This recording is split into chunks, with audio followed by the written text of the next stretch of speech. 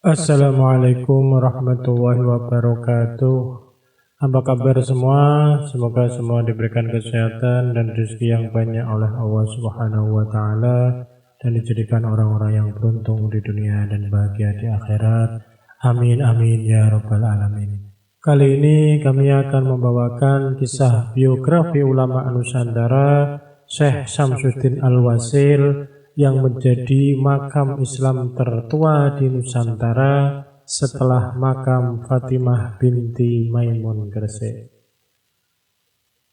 Makam Islam tertua selain Fatimah binti Maimun adalah makam Syekh Syamsuddin Al-Wasil atau Sulaiman Wasil Syamsuddin yang terletak di Komplek Makam Setana Gedong, Kediri. Komplek makam ini terletak di dalam kota Kediri, tepatnya di pusat kota yang bisa dicapai dari Jalan Doho belok ke kanan. Masuk kampung Setono Gedong sekitar 100 meter dari ujung kampung, terletak Masjid Setana Gedong. Komplek makam Syekh Syamsuddin Al-Wasil terletak di barat laut masjid.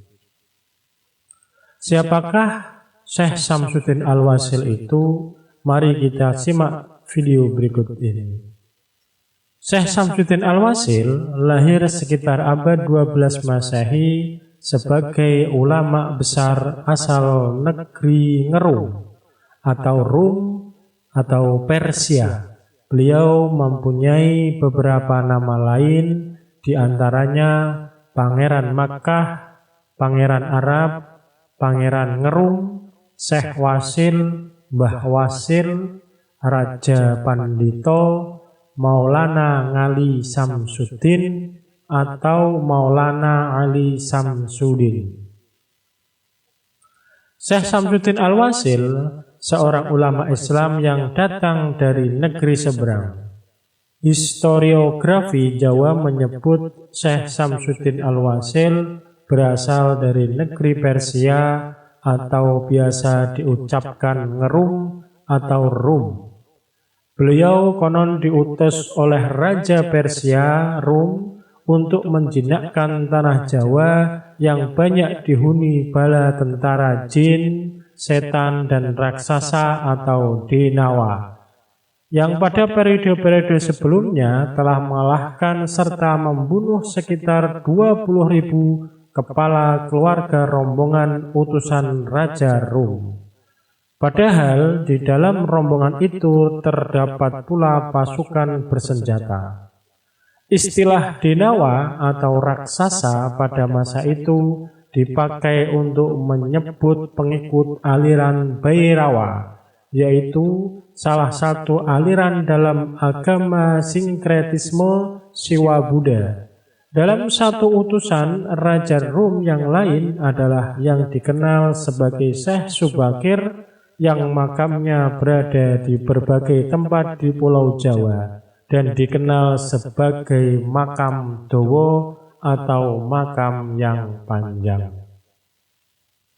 Beliau datang ke Kediri menghadap ke hadapan Sri Maharaja Mapanji Jayabaya atau Raja Kerajaan Kediri waktu itu dan meminta izin untuk berdakwah dan mengajarkan kepada masyarakat kitab Musyaror, sebuah kitab yang membahas mengenai ilmu falak dan ilmu ramalan.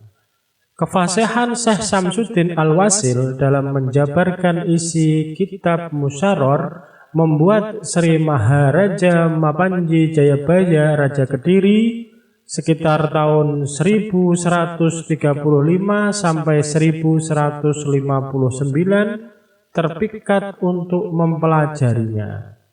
Kitab Musyaror mengulas tentang astronomi atau perbintangan, ilmu falak, serta ilmu nujum atau ramalan. Pengetahuan yang ada di kitab Musyaror ditulis ke dalam bentuk kidung. Itu sebabnya tidak semua orang bisa mengerti dengan mudah. Kemampuan Syekh Syamsuddin Al-Wasil memahami teks puisi Jawa kuno tersebut membuat Prabu Jayabaja ingin mengenal lebih dekat. Dan atas permintaannya untuk lebih dalam membahas kitab Musyarrar yang berisi ilmu pengetahuan khusus seperti perbintangan atau ilmu falak dan nujum atau ramal-meramal. Diperkirakan pada abad ke-12 tiba di Kediri, Syekh Syamsuddin Al-Wasil menjalankan misinya mengenalkan agama Islam. Ia memulai langkah dari wilayah pinggir dengan mengedepankan pendekatan merangkul. Beliau menyusuri kawasan pedalaman. Di setiap wanua atau desa yang dilalui, beliau berinteraksi dengan penduduk setempat. Dengan lesan yang lembut, Syekh Syamsuddin Al-Wasil yang dari cerita tutur dikenal sebagai ulama yang alim, menjelaskan apa itu Islam. Itu sebabnya sangat wajar jika setelah meninggal, Syekh Syamsuddin Al-Wasil sangat dihormati masyarakat Islam di pedalaman. Tertarik dengan kitab itu, sang raja mengizinkan berdakwah di wilayah kerajaan Kediri. Bahkan, sang raja juga ikut belajar kitab itu. Hal tersebut dibenarkan oleh manuskrip Kakawin Hariwangsa. Di dalam Kakawin itu digambarkan bahwa Dewa Wisnu telah pulang ke surga, tetapi turun kembali ke bumi pada zaman kali dalam diri Sri Maharaja Mapanji Jayabaya untuk menyelamatkan Jawa dari kehancuran. Sang raja diyakini sebagai titisan Dewa Wisnu. Dan dalam tugasnya menyelamatkan Jawa itu, Sri Maharaja Mapanji Jayabaja dibimbing oleh Dewa Agastya yang berwujud Syekh Syamsuddin Al-Wasil. Di dalam Kakawin Hariwangsa diceritakan yang artinya ada sebuah negeri yang indah, keindahannya laksana di dalam impian, disebut Pulau Jawa. Sebuah pulau yang megah. Jawa adalah kitab dari Agastya yang sakti tiada bandingan. Pulau itu sekarang dihinggapi ketakutan, sehingga keindahannya lenyap. Kemudian berkumpul dewa-dewa bersama Hyang Aswi, bersama-sama memohon dengan sangat kepada Batara Padmanabha untuk memperbaiki dan menjaga keindahan pulau tersebut. Dewa Hari ikut serta pergi ke sana. Kini dia telah benar-benar menjadi raja yang menyempurnakan lagi kehidupan hamba sahayanya. Dia adalah inkarnasi dari Madhusudana Awatara. Dia termasyhur dengan nama Sri Jaya Satru atau Jayabaya. Agastya yang suci tidak ketinggalan dan buru-buru berinkarnasi menjadi biksu Pandito Adikoro, menjadi guru sang raja yang percaya dengan ajarannya. Dia menjadi pejabat tinggi yang dipatuhi di sebuah negeri. Raja memerintah di dunia dengan teguh.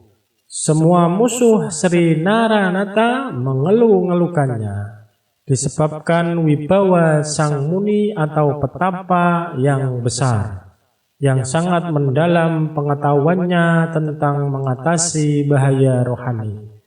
Dia berhasil menenteramkan kembali dunia. Setiap orang berusaha berbuat baik, hidup seperti santri mempelajari kitab suci.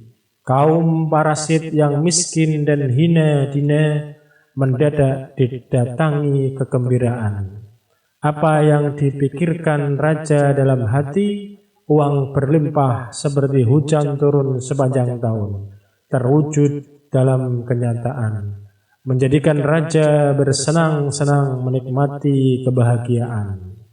Itulah isi dari kitab Kakawin Hariwangsa. Di dalam Kakawin ini digambarkan bahwa Pulau Jawa merupakan sebuah pulau yang indah dan megah.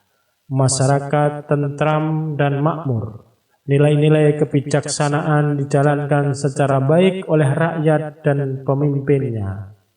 Sehingga dengan jalinan antara alam subur nan indah dan masyarakat damai bersahaja, hampir-hampir Jawa bagaikan pulau impian.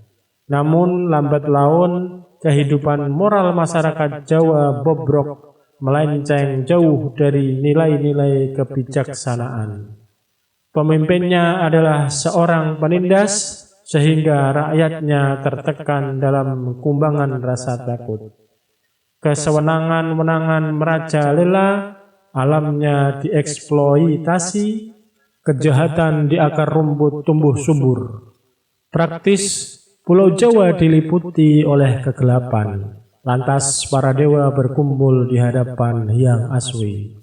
Mereka sepakat untuk memohon kepada Batara Padmanaba untuk memperbaiki kehidupan masyarakat Jawa yang sudah bobrok, agar cahaya kehidupan kembali menyinari si pulau impian, dan agar cahaya itu menyala-nyala selamanya.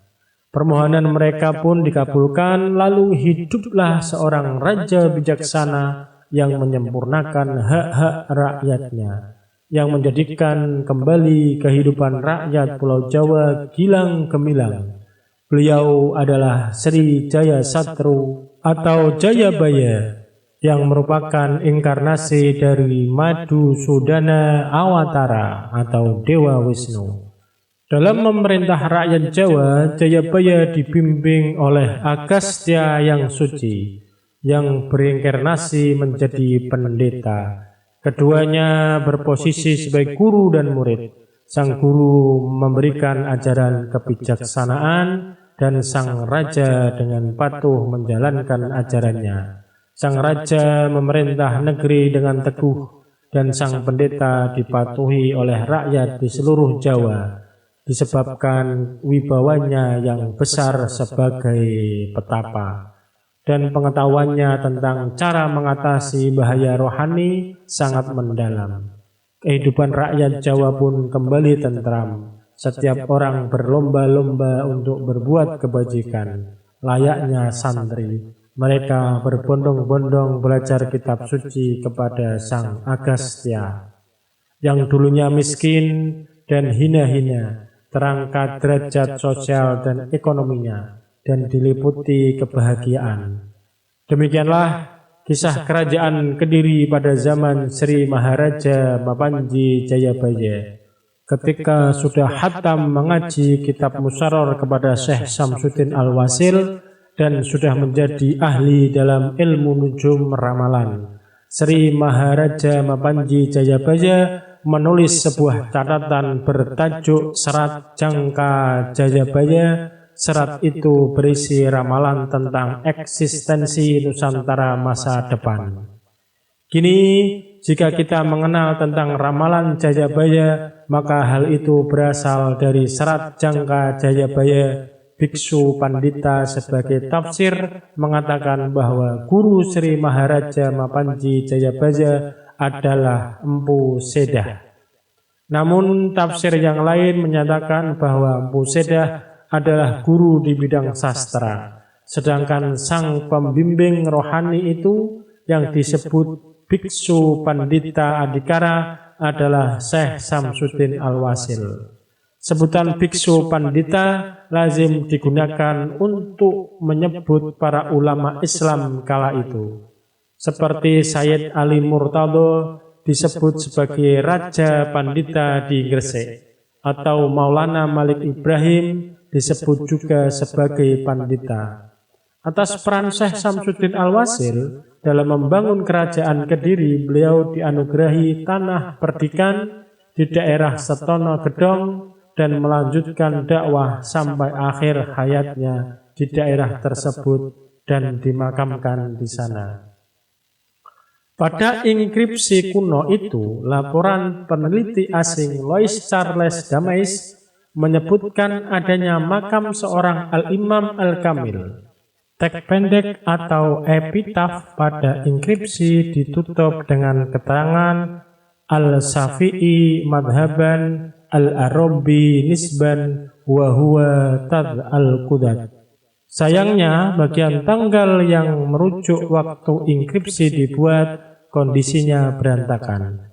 Ada jejak seperti bekas pukulan martil yang membuat catatan waktu tersebut terhapus. Peneliti Claudi Gulliat dan Ludwig Kalus menyebut kata al-wasil dan al-mustakmil pada enkripsi Setana Gedong sebagai kata yang unik. Dua kata yang menyifatkan kata benda tersebut tidak ditemukan dalam buku penelitian. Masyarakat menghubungkan kata al-wasil dan al-mustakmil dengan tokoh suci yang dimakamkan di Setana Gedong. Jika nama al-wasil tercantum pada enkripsi Setana Gedong, nama Samsudin dicatat dalam historiografi Jawa yang tersimpan di Museum Nasional Jakarta. Peneliti Gulliat dan Kalus juga menafsirkan kata asy-Syafi'i madhaban al-Barkhawi dan al-Bahraini sebagai kata benda yang merujuk pada sosok tokoh suci yang dimakamkan di Setana Gedong atau Mbah Wasil. Dari kata asy-Syafi'i madhaban di enkripsi, Mbah Wasil disinyalir kuat seorang ulama Islam bermadhab Syafi'i. Sesuai historiografi Islam Nusantara, Syekh Ismail asal Mesir yang pertama kali memperkenalkan Islam madhab Syafi'i 1285 di Indonesia.